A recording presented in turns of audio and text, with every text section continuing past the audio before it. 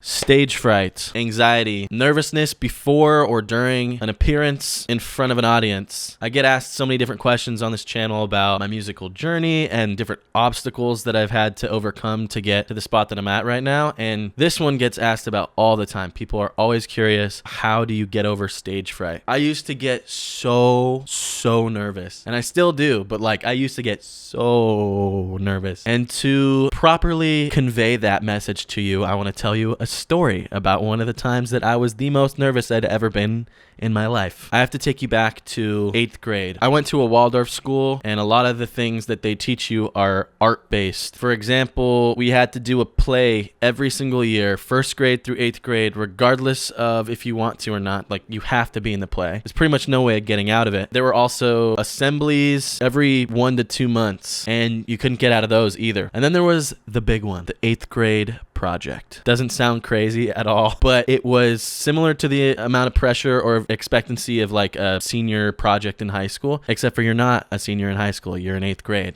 and 12. And I used to take those things really seriously. It was a big deal to me, and I didn't want to mess it up. And oh boy, the biggest part was that you had to do a presentation in front of all of the 1st through 8th grade classes, some parents, and all the faculty, and you had to have it memorized. I think it was around 10 minutes long. There were a few people presenting the same day, and I'm sitting there waiting anxiously and nervously, knowing that I'm going to be the next person to go up. And I could barely even hear what my classmate was presenting about, but I remember vividly hearing the words Neil Creek, to be exact. And then the next thing I know, I'm profusely vomiting. I'm throwing up my breakfast, which was eggs, but mostly pulpy orange juice, and I was funneling it through my hands, so it had this fountain arc effect to it, and it got on some of the classmates next to me. But the worst part, it landed on the 2nd grade class that was sitting crisscross on the floor in front of me. One of the parents told me that it sounded like someone had poured their water bottle out. I literally funneled throw up onto little kids, little 2nd grade kids. That's how nervous I was. But I still had to do my presentation, so I got on stage and I said some sort of cheeky comment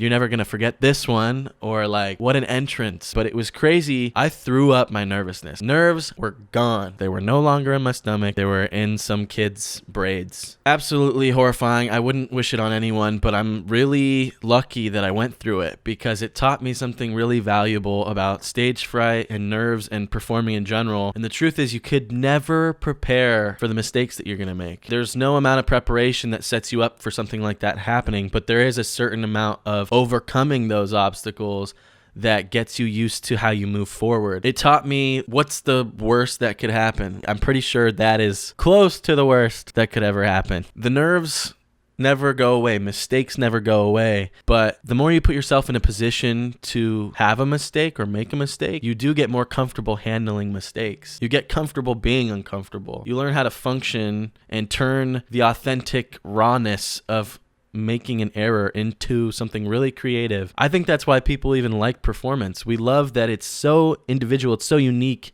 to that exact moment. It's never going to be performed that way again. People make mistakes pretty much every single time they're on a stage. That's why it's different. It's so human, and it feels good to witness moments like that. So I think that the biggest thing you can ever do to help yourself to overcome fear is surrender to the potential of mistakes and put yourself in more situations to make them. I like to sit in my room and live stream to people on the internet with the ability of leaving at any moment. I like to sing to strangers one-on-one on Omegle, and it feels like more pressure because it's directly towards someone, but the truth is I could leave at any time and I'm still in my room. But all those things have given me really amazing opportunities to feel the nerves and then potentially overcome them and realize that's a good feeling. That means I care. That means I love it. I got some advice from a family friend that has always stuck with me. She said, nervousness and excitement feel really similar in your body. The difference comes down to if you're smiling. And I think what that means is it's true. If you're really excited about something, you're going to have butterflies in your stomach. You're going to be shaky. You're going to be in a dream state and not really know the reality of the moment. That's the same way it feels when you're nervous. Choosing to breathe through it and smile, admit the nerves, say, what's up, nerves? I see you, throw away the fear, and then just kind of pursue the moment moment with excitement. So I hope that this helps anyone out there who is thinking about performing or wanting to get better at handling stage fright, and maybe you just don't really know where to start. I'm pretty sure you're not going to end up throwing up on second graders. So if that helps, knowing that I've done that and it probably won't get that bad, then please use that, because I would love for that to turn into something more beneficial.